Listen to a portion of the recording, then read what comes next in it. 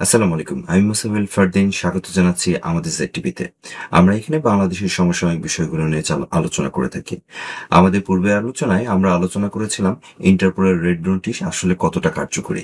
আপনাদের অনুরোধের ভিত্তিতে আমাদের দ্বিতীয় আলোচনা হচ্ছে ভারত বাংলাদেশের সাথে স্বাক্ষরিত 2013 সালে এক্সট্রাডিশন ট্রিটি অথবা আসামি প্রত্যাবর্তন চুক্তি। কি রয়েছে এই চুক্তিতে? আসলে কতটা কার্যকরী এই ভারত বাংলাদেশের এক্সট্রাডিশন চুক্তি? এই চুক্তি নিয়ে আজকে আলোচনা করছি। তো আলোচনার শুরুতে যে বিষয়টি আলোচনা করতে চাই সেটি হচ্ছে এই চুক্তিটি মূলত স্বাক্ষরিত হয় 2013 সালে এবং এই চুক্তিটি সংশোধন করা হয় আবার 2016 সালে। এই চুক্তির মাধ্যমটি মূলত করা হয়েছিল ভারতের যে জঙ্গি সংগঠন উলফা, তারা বাংলাদেশে বিভিন্ন সময় আশ্রয় এবং তারা গ্রেপ্তার হয় এবং তাদেরকে এই চুক্তির মাধ্যমে ভারতে প্রেরণ করানো হয়। আবার একইভাবে বাংলাদেশের যারা জিএমবি বা নিষিদ্ধ সংগঠনের আসামি ছিল, তারা যখন বাংলাদেশ থেকে পাড়ি দিয়ে ভারতে পাড়ি দেয়, তাদেরকে ফিরিয়ে আনার জন্য এই চুক্তিটি স্বাক্ষরিত হয়। কিন্তু এই চুক্তিটি আসলে মূলত যেহেতু বাংলাদেশের সাথে ভারতের একটি বিশাল বর্ডার রয়েছে, আবার একইভাবে ভারতের যতগুলি নেবার কান্ট্রি থাকুক না কেন, বাংলাদেশের সাথে তার বর্ডারের আয়তন সবচেয়ে বড়। তাই একটি দেশ আরেকটি দেশকে তাদের আসামিকে ফেরত দেওয়ার জন্য এই চুক্তিটি স্বাক্ষরিত হয়। এই চুক্তিতে মূলত প্রথম দিকে রয়েছে যে প্রথমে রয়েছে আর্টিকেল 1। আর্টিকেল 1 মূলত আলোচনা করা হয়েছে যে এখানে এই চুক্তিটি আসলে কিভাবে একজন আমরা একটি অপরাধীকে আমরা কোন কোন বিষয়ের আওতায় আমরা আরেকজন অন্যজনের কাছে হস্তান্তর করতে পারি। এবং এই চুক্তিতে অনেক বড়, মানে এই তালিকাটা কিন্তু ছোট নয়, এই তালিকাটা কিন্তু বিশাল।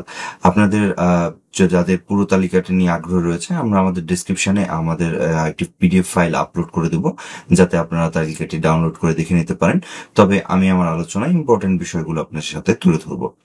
এখানে মূলত যা আলোচনা করা হয়েছে, যাকে আমরা এক্সট্রাডিশন বা আসামি প্রত্যাবর্তন করতে চাই, এমন আসামির মূলত 1 বছরের বেশি সাজা হতে হবে, অ্যারেস্ট ওয়ারেন্ট থাকতে হবে। এবং এখানে আর্টিকেল 3-তে সবচেয়ে বেশি বিষয় যেটা হয়েছে আলোচনা করা হয়েছে সেটা হলো যে তারা যদি আংশিকভাবে জড়িত থাকে, তারপরে আমরা তাদেরকে এক্সট্রাডিশন চুক্তির মাধ্যমে আমরা ফিরিয়ে নিয়ে আসতে পারবো। আর্টিকেল 6-এ মূলত ব্যাপকভাবে আলোচনা করা হয়েছে যে এখানে আমরা কাদেরকে চাইতে পারি।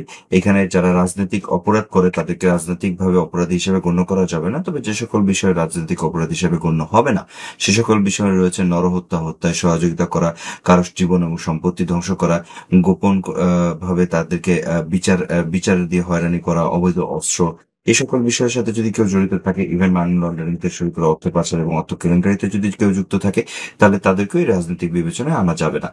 তবে এই ক্ষেত্রে যেটি রয়েছে, আমি সবচেয়ে বেশি অবাক হয়েছি যে আমাদের এই চুক্তিটি মূলত দুইটি সংস্থার মধ্যে রয়েছে। একটি হচ্ছে বাংলাদেশের স্বরাষ্ট্র মন্ত্রণালয়, আর একটি হচ্ছে ইন্ডিয়ার পররাষ্ট্র মন্ত্রণালয়।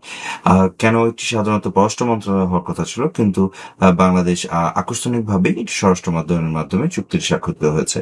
এই চুক্তিটির মাধ্যমে আমরা যেটা জানি যে আব্দুল মজিদ, বঙ্গবন্ধু হত্যাকারী যিনি হিসাবে যাকে ভারতে উনি ওনার জীবনযাপন প্রত্যাবর্তন করেছিল এবং তাকে এই চুক্তির মাধ্যমে ভারত থেকে বাংলাদেশে এনে তাকেও বিচারের আওতায় আনা হয়।